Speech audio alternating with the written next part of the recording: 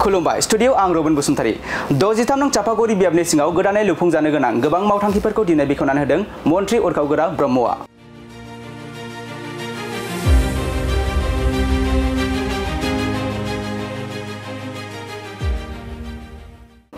आसामनि केबिनेट मन्त्रि उरखावगोरा ब्रह्मआ दिनै बाक्सा जिल्लानि सिङाव थानाय 63 नं चापागुरि बियाबनि सिङाव गोदानै लुफुंजानो गोनां गोबां मावथांखिनि अन्थाइ खाम्फाखौ बेखेवदों।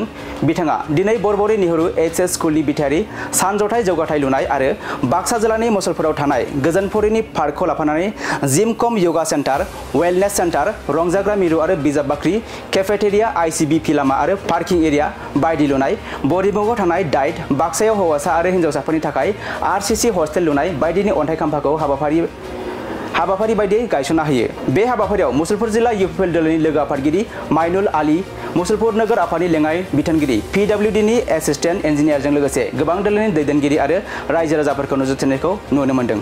समष्टिर अधीনত पुराना चापागुरि समष्टि जितु नेहरू हायार सेकेन्डारि स्कुल তাত RIDFৰ আণ্ডাৰত 7.2 মানে 7 কোটি 20 লাখ টকাৰ নতুন বিল্ডিং নিৰ্মাণৰ তাৰ আধাৰশিলা স্থাপন কৰিছোঁ।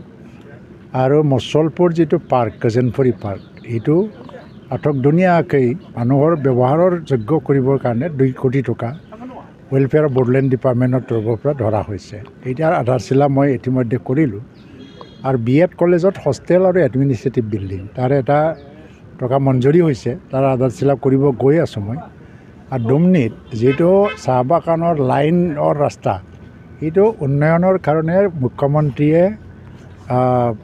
মানে এটা আঁচনি লৈছিলে, তাত 2টা ৰাস্তা ধৰা হৈছে। তাৰে এটা ডুমনিত এটা ৰাস্তা আজি হৈ গ'ল, টেণ্ডাৰ হৈ গ'ল, তাৰ আধাৰশিলা মই স্থাপন কৰিছোঁ। এইভাৱে কালিও মই কেইটামান আৰু আধাৰশিলা কৰিবলৈ আহিম। MLA LED ফাণ্ডৰ এই বছৰ অলপমান MLA LED ফাণ্ডটো মেক্সিমাম আমি এটা স্কিমত 10 লাখ টকা দিব পাৰোঁ। তো 1 কোটি টকাৰ প্ৰায় মানে 10 লাখ কৈ মানে 7টামান স্কিম আমি ধৰিছোঁ। তাৰ কেইটামান আমি আধাৰশিলা স্থাপন কৰিবলৈ আহিম আকৌ, কাৰণ ইলেকশ্যন কোড অফ কণ্ডাক্ট লাগি যাব, 1-1.5 মাহ ধৰি কোনো আধাৰশিলা নহ'ব, তেতিয়া কামবিলাক ৰৈ যাব।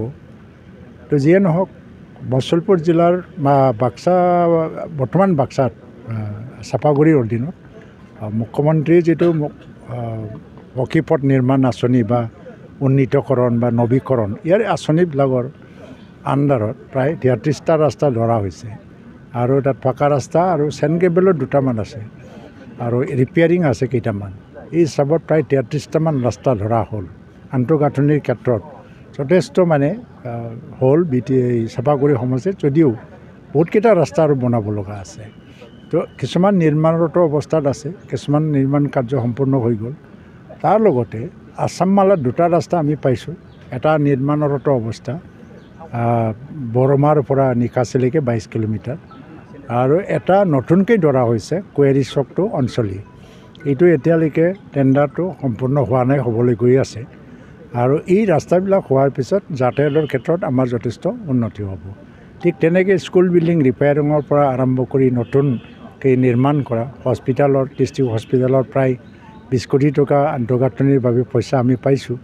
আৰু ঠিক তেনেকৈ WPTৰ অধীনত বহুতকেইটা স্কিম আমি স্কুল ৰিপেয়াৰিঙৰ পৰা ৰাস্তাবিলাক কৰা হ'ল। আৰু ছয়েল কনজাৰ্ভেশ্যনৰ ভিতৰত প্ৰায় মানে 20টামান আঁচনি বাক্সা জিলা হিচাপে অকল চাপাগুৰি বুলি নহয় ধৰা হৈছে প্ৰায় 4টা বছৰত।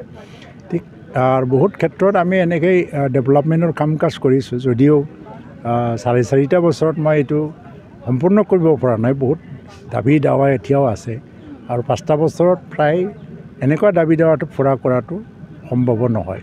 তো এনেকৈ উন্নয়নৰ যিটো যাত্ৰা এইটো অবিৰতভাৱে যাব। আৰু বাক্সা জিলাটো মুখ্যমন্ত্ৰীয়ে এটা সময়ত প্ৰতিশ্ৰুতি দি গৈছিলে নিৰ্বাচনৰ সময়ত অন্যতম এটা জিলা হিচাপে নিৰ্মাণ কৰা হ'ব। ইয়াৰ কাৰণে আমি প্ৰতিজ্ঞাবদ্ধ।